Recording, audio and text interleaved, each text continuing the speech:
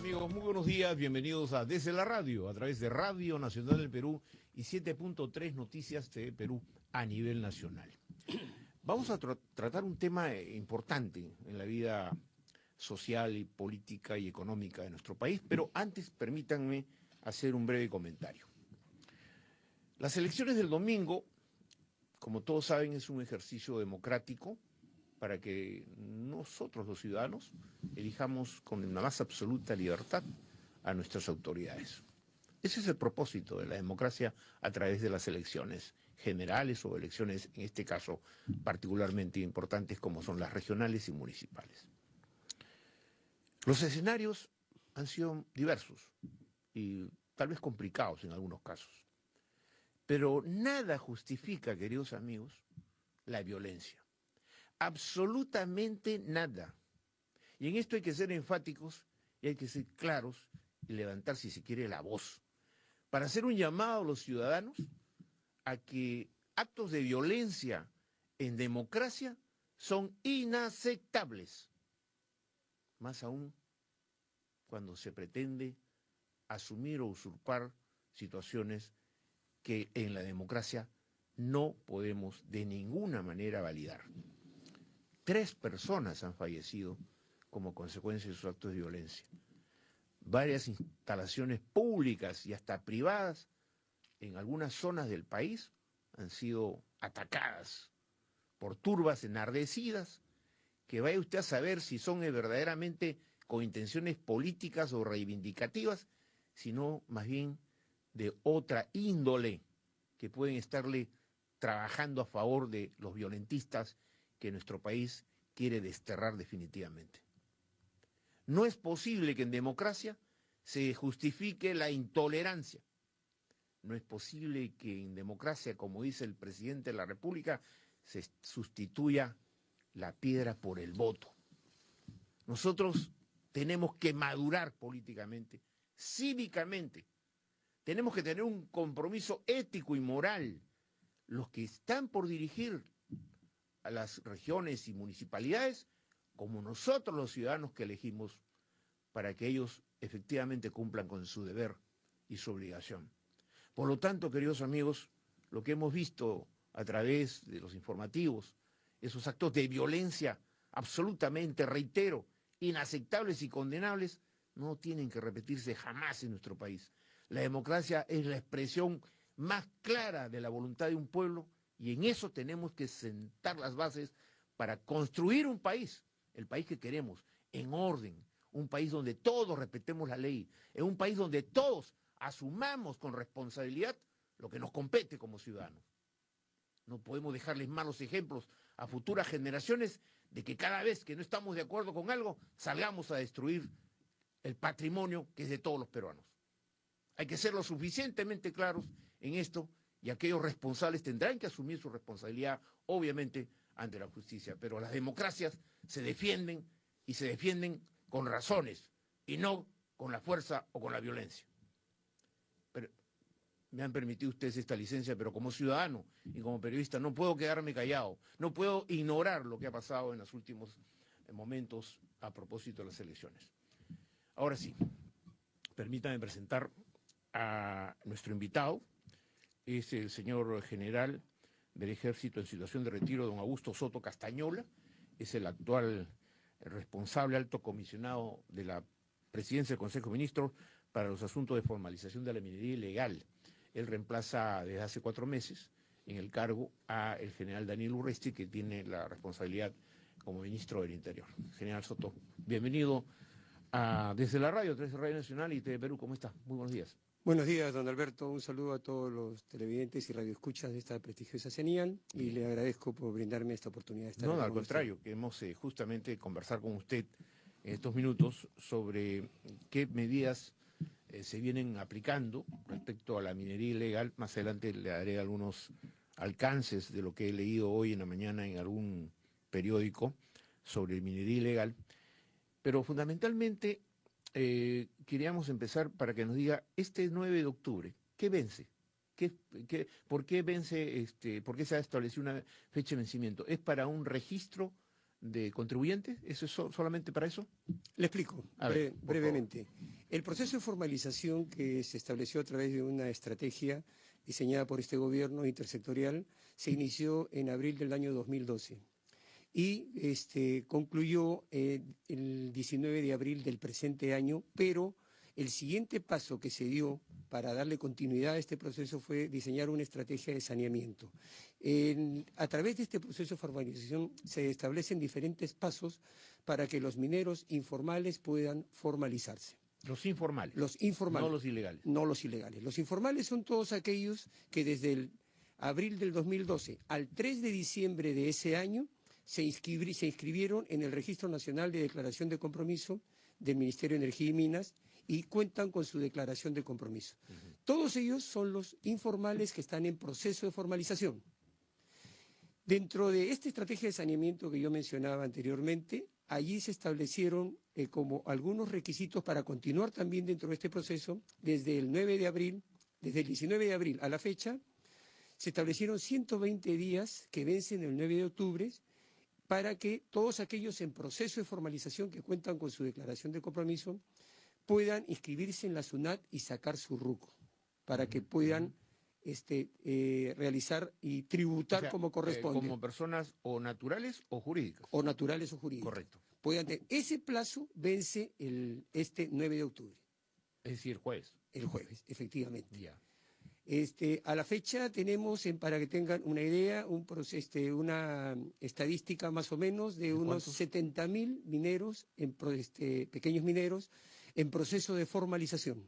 Ya, hay, digamos, obviamente, para poder facilitar esta inscripción, se tiene que haber ubicado en las zonas donde hay minería informal oficinas de SUNAT, porque normalmente un minero pues no va a salir de su lugar de origen para irse hasta Lima o hasta la capital de provincia a registrarse. ¿Cómo se está haciendo eso? Mira, ¿Qué facilidades le están dando? Le comento, desde el día 19 de abril en que se publica esta estrategia de saneamiento y se da esta disposición en este decreto, la SUNAT adoptó todas las medidas de difusión, capacitación a nivel local y a nivel provincial.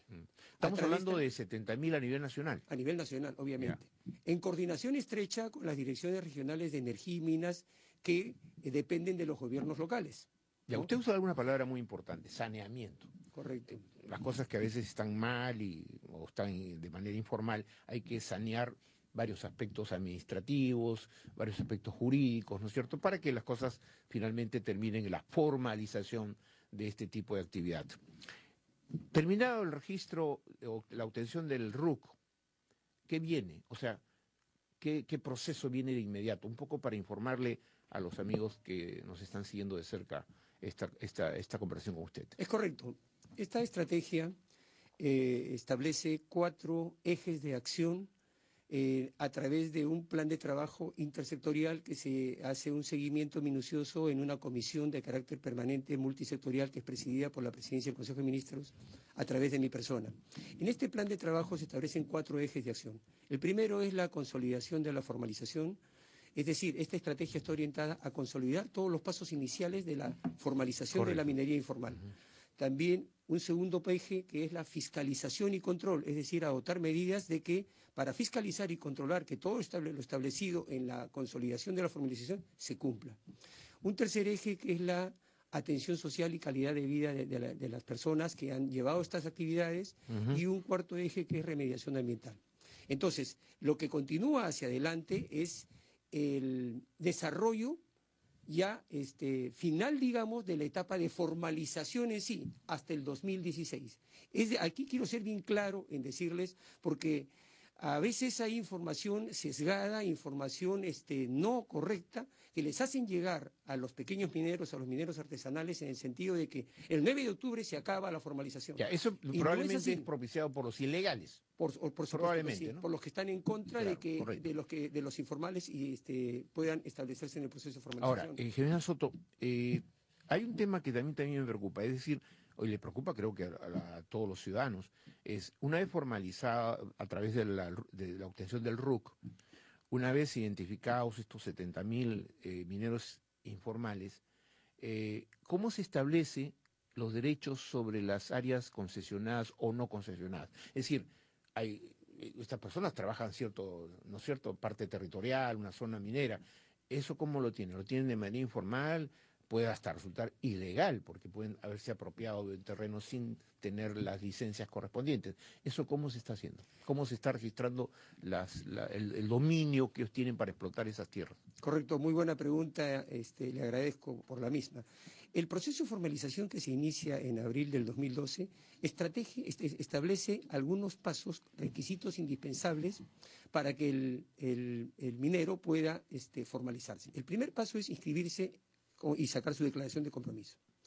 Que ya se hizo. Que ya se hizo. Correcto. Y ya venció el 3 de diciembre del año 2012. Ahora vemos la segunda, que es la segunda etapa, que es condicionante, o sea, el que no se inscribió no puede hacer el segundo paso. O sea, correcto. Son pasos obligatorios. Correcto. Primero uno que el otro, ¿no? Consecutivos, digamos. El segundo paso es la autorización y la firma del contrato de concesión entre el dueño de la concesión y el minero que desea trabajar. Ese es el segundo paso. El tercer paso es la autorización del uso del terreno superficial. El cuarto paso, ya vienen algunos registros del Ministerio del Ambiente, del Instituto de Gestión Ambiental. Convertirlo. Tajo abierto. Claro, no, o sea, del uso del terreno superficial en sí, le explico, en zonas como Madre de Dios, por ejemplo. Ya, que claro, eso son llanos. Son llanos, etcétera, la parte del terreno, pues la parte de superficie del terreno, establecer el uso, porque allí se Pero se han determinado, por ejemplo, en Madre de Dios, porque hay un artículo que publica un ingeniero minero, un poco que cuestiona parte de la política al respecto. Acá está hoy día en el diario El Comercio, se lo voy a leer. Pero en Madre de Dios, por ejemplo, ¿cómo se ha determinado las zonas donde está prohibida la minería, cualquier tipo de minería, cualquier tipo de actividad, porque termina siendo depredatoria? Y creo que la política básica o fundamental, el lineamiento de política fundamental de su despacho, es la del gobierno de protección del medio ambiente. Eso es lo fundamental. Por supuesto que ¿cierto? sí. Después vendrá la parte económica y todo lo demás. Exactamente. Pero protección. En Madre de Dios, por ejemplo, ¿cómo se han definido las áreas de explotación? Porque la depredación en Madre de Dios es infernal. Se ha creado una destrucción terrible. Entonces, ¿cómo se ha definido eso, por favor? Le explico. En la zona de Madre de Dios, si nos orientamos y nos imaginamos físicamente la carretera interoceánica que viene desde Madre de Dios, de Puerto Maldonado y se va para Cusco, para Puno, etcétera. Yendo de Puerto Maldonado hacia Cusco, Puno, a la altura del kilómetro, entre los kilómetros 50 y 100, 150, hacia la izquierda está la zona de amortiguamiento que queda previa a la zona de reserva de Tambopata. La zona de reserva de Tambopata es un área protegida, donde está prohibida totalmente la minería ilegal. La zona de amortiguamiento es una zona donde ya se había concesionado, ya se había cedido, ya se había concesionado, hay titulares de concesiones, etcétera, pero sin embargo ahí también hay mineros ilegales establecidos, que eso justamente somos los que estamos... digamos, compitiendo con los informales, ¿o todos son ilegales? No, hay ilegales e informales. Ya. Sino que ya allí ya se había establecido concesiones para realizar minería. Correcto. Entonces, para proteger la zona de reserva de Tambopata, donde sí no hay nadie y está totalmente prohibido, el gobierno determinó una extensión de terreno donde está la zona conocida como La Pampa, y donde están allí esas 40.000 hectáreas deforestadas, contaminadas, y que tanto daño han ocasionado al país. ¿Y las pampas no están protegidas, o sí? No, esa es una zona de amortiguamiento. De amortiguamiento, que es correcto. como una zona de terreno que el Estado ha dado para proteger la zona de reserva. Ya, correcto. Y luego tenemos hacia la derecha de la carretera interoceánica el famoso corredor minero, donde también se realiza minería, en algunos casos informal y en algunos casos también ilegal. Entonces ahí tenemos que definir claramente, cada vez que hacemos un operativo de interdicción, quién es el informal y quién es el ilegal. Hay que explicarle a los amigos, porque a veces puede haber la confusión. El informal, el ilegal es todo lo mismo. No. El ilegal es aquel que realice ese tipo de explotación en zonas que están protegidas y están prohibidas. Lagos, collas y todo esto, ¿no? Es que están protegidas absolutamente por ley de la República.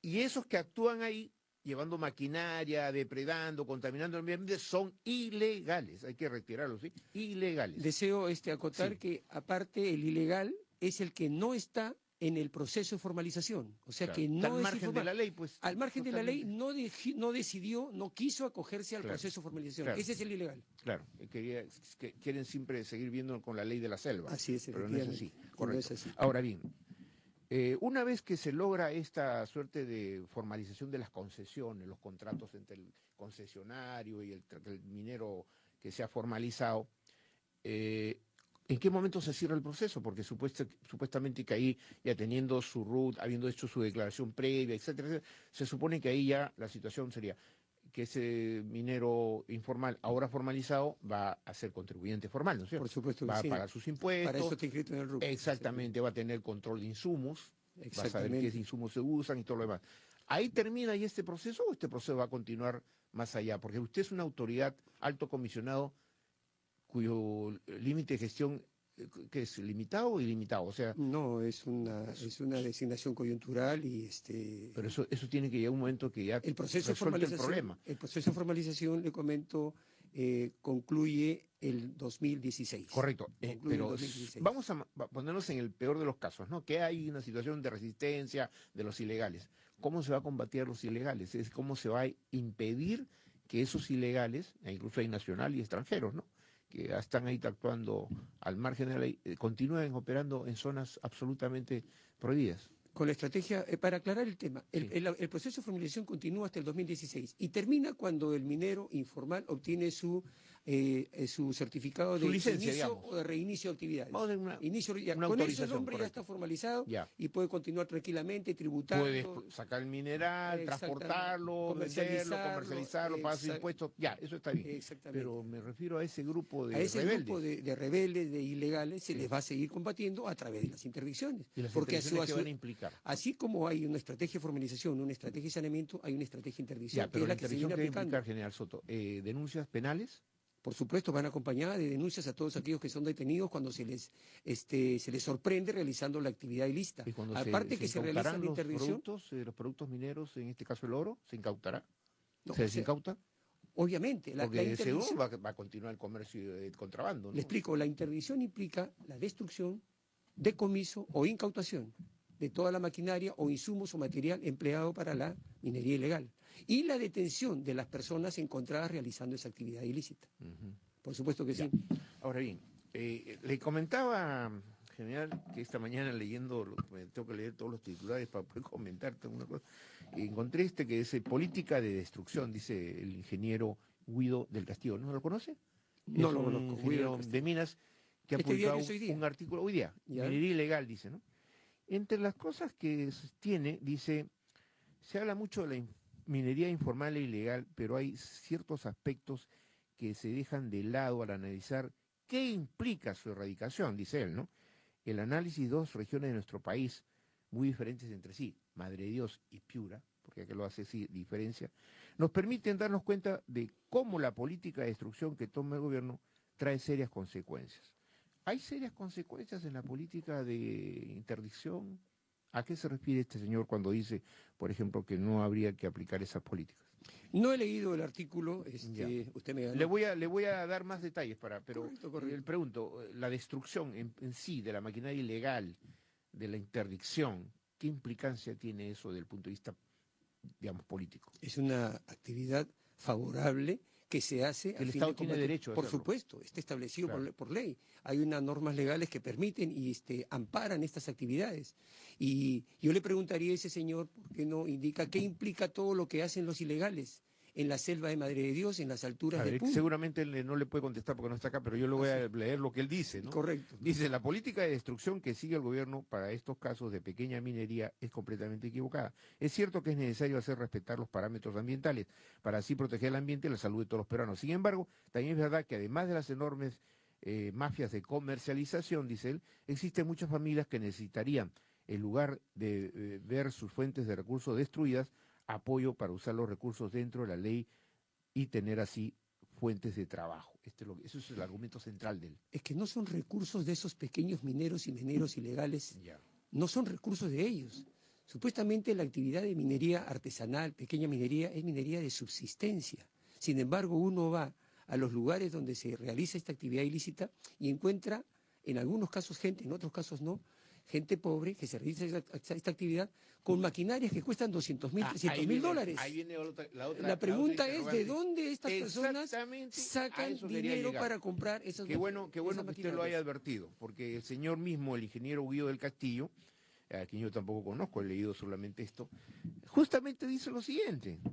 Dice en su artículo y su comentario que en el peor de los casos, ¿ah? En Tambopata en Piura, ¿no? No, Puerto Maldonado, es No, Tambopata y Puerto Maldonado. perdón, ¿en Piura qué es? Tambo Grande. Tambo Grande. Tambo Grande, Tambo perdón, Grande. perdón, disculpe el lapso. Madre Dios uno, Piura. Pero en el caso de Piura, mire lo que dice él, y yo no sé si lo admite como algo lícito, ¿no? Pero dice, en el peor de los casos, un minero informal, tomando en cuenta su familia, saca 5 gramos diarios de oro, ¿ya? 5 gramos diarios, cuyo valor en el mercado así informal es de $40 por gramo. O sea, ese informal al día, en el peor de los casos, no baja de $200 en el día. Pero él dice que hay días muy buenos donde el ilegal logra 15 gramos al día. Al día, dice, y lo subraya, al día. A 40, estamos hablando de $600 al día. Esos no van a dejar ese negocio. $600 al día, en un mes son $18.000. Este minero ilegal no va a dejar esa fuente de ingresos. No, ¿coincide usted conmigo o no? Lo entiendo. Porque es un montón de plata. Lo entiendo. ¿Quién gana $18.000 al mes? Muy bien. Es una opinión respetable. Sí. Sin embargo, no la comparto en algunos aspectos de lo que usted me ha mencionado, Ajá. toda vez de que las estadísticas no las manejo al detalle. Sin embargo, por cifras que conversábamos la vez pasada entre los sectores que estamos en la comisión, se entendía que un pequeño minero informal, de Madre de Dios particularmente, donde está el icono de la minería, Madre de Dios, Puno, etcétera. Un minero artesanal, pequeño minero, estábamos alrededor de 2 o 3 gramos, un promedio de 50, 60 gramos al mes. ¿A qué valor el gramo? Sobre esas cantidades, $40. más o menos aproximadamente. ¿No? O sea, $2.000. Sí, 80 soles, 90 soles. Pero digamos, $2.000, es ilegal. Más o menos, así es. Ahora, así como usted lo dijo, hay días buenos, hay días malos, exactamente no le puedo precisar cuánto. Sí, es lo que dice también el señor. Exactamente. Pero al margen de todo ello, por más de que puedan tener un ingreso que es supuestamente de subsistencia, no les va a alcanzar de ninguna manera para comprar no solamente la maquinaria para hacer la extracción, allá en Madre de Dios para poner los motores de succión, para armar las usted está dragas, sugiriendo etcétera. una suerte de consorcios encubiertos detrás de esta gente. O sea, grupos de poder económico que explota a esta gente. Pero por supuesto, las grandes mafias que están establecidas. Claro, sí. Por eso a eso voy. Por supuesto, esos son las grandes estos mafias. Son los explotados prácticamente. Obviamente que sí. Estos mineros. ¿Y no se dan cuenta que están siendo explotados, que están siendo sometidos como una especie de esclavitud moderna? Pero por supuesto que sí, y es más, el gobierno les viene planteando porque después de esta etapa de saneamiento que estamos siguiendo, estamos atrás de una etapa de remediación. ¿Qué hacer con todas esas hectáreas deforestadas, contaminadas, todas esas aguas contaminadas? Hay programas internacionales que el gobierno está trabajando. General Soto, me dicen en producción que tenemos unas imágenes, vamos a pasarlas rápidamente porque ya está casi venciendo el plazo de esta entrevista. Tenemos las imágenes para conocimiento de las acciones que viene tomando el alto comisionado contra la minería ilegal. Ahí están. Ahí está en pantalla, queridos amigos, miren ustedes las zonas devastadas, tremenda. Vaya usted explicando, General Soto. Bueno, acá estamos en la zona de La Pampa, dentro de la zona de amortiguamiento del departamento de Madre de Dios, ahí en Puerto Maldonado. Acá se pueden ver algunas actividades. Bueno, me están combinando imágenes tanto de canteras ilegales acá en Lima. Acá esa es una actividad de volquetes que se encontraron en una cantera ilegal. Me parece que esto es en la zona de Puente tiene Piedra. Un alto costo, ¿no? Por supuesto que sí, estamos hablando de 80.000, no 90.000 tan dólares, pobres un poco los más. ilegales. Así es, esas retroexcavadoras cuestan un promedio de 200.000, 300.000 dólares. Estas imágenes son de Puente Piedra, pues en un operativo que realizamos hace 3 semanas aproximadamente. Y ahora esta es parte de la interdicción. Estas son Exactamente, legales es una actividad que van acompañadas con la intervención del Ministerio Público. Obviamente estos operativos los planifica. Para que no se diga que estas son acciones absolutamente, digamos, no sé, ilegales. No, le explico. Eso va acompañado del Ministerio Estas Público. son actividades intersectoriales. La Policía Nacional planifica estos operativos y los avala el Ministerio Público. Aparte también intervienen personas del Ministerio del Ambiente, el Ministerio de Energía y Minas, y la Presidencia y el Consejo de Ministros, a través de mi oficina, supervisa estas acciones. Esta es una primera introducción general. Yo recién tengo la oportunidad de conocerlo. me parece haberlo visto en algún momento en el ejército, pero digamos, vamos a tener oportunidad para ir más a fondo en este tema, porque lo que queremos es que finalmente no solo se proteja el medio ambiente, no solo que nuestra economía funcione dentro del marco de la legalidad y que la gente que está al margen de la ley finalmente reflexione y piense que es mejor estar dentro de un sistema absolutamente ordenado, en base al cumplimiento, reitero, de las normas, a estar así, no sé, buscando cómo sacarle la vuelta a las leyes y al Estado. Nosotros queremos sencillamente fijar esa política porque creo que es la política de todos los peruanos. Muchas gracias. Si me permite un minuto ya para Sí, cómo no. terminar. Deseo hacer un llamado a todos los pequeños mineros artesanales en proceso de formalización a que cumplan con inscribirse en la SUNAT para sacar su RUC y puedan continuar adelante en este proceso de formalización. Y que les quede claro que el proceso de formalización no termina el 9 de octubre. Quienes así malinforman están haciendo daño y por favor no se dejen de llevar por esas informaciones sesgadas. El 9 de octubre termina un plazo nada más para el RUC. Tenemos la página web de la Sí, autoridad, sí, la vamos a poner en pantalla. Ahí está. Tome exactamente. nota, queridos amigos. Ahí está la página web para que usted pueda comunicarse precisamente con el alto comisionado de la lucha contra la minería ilegal. La informal, ya saben, ya está en proceso de consolidación. General Soto, ha sido un gusto tenerlo aquí en nuestros estudios. Lo comprometemos para seguir Por conversando y supuesto que orientando a la sí. opinión pública. Creo que la ciudadanía merece que se le informe, porque depende también del apoyo popular, del apoyo de los ciudadanos para que usted alcance los objetivos que se ha previsto. Muchas gracias por la oportunidad que me ha brindado. Muy Muchas amable, gusto gracias. de Bien, saludarlo. queridos amigos, entonces hemos conversado con Augusto Soto, el alto comisionado de asuntos de formalización de la minería informal en nuestro país y lucha contra la minería ilegal. Muchas gracias por acompañarnos en esta edición de Desde la Radio a través de Radio Nacional del Perú y 7.3 Noticias TV Perú a nivel nacional. Mañana, igualmente, mañana es el día 8 de octubre, tenemos un toque de silencio de la Marina de Guerra, pero además seguimos con la programación habitual. Gracias, muy buenos días.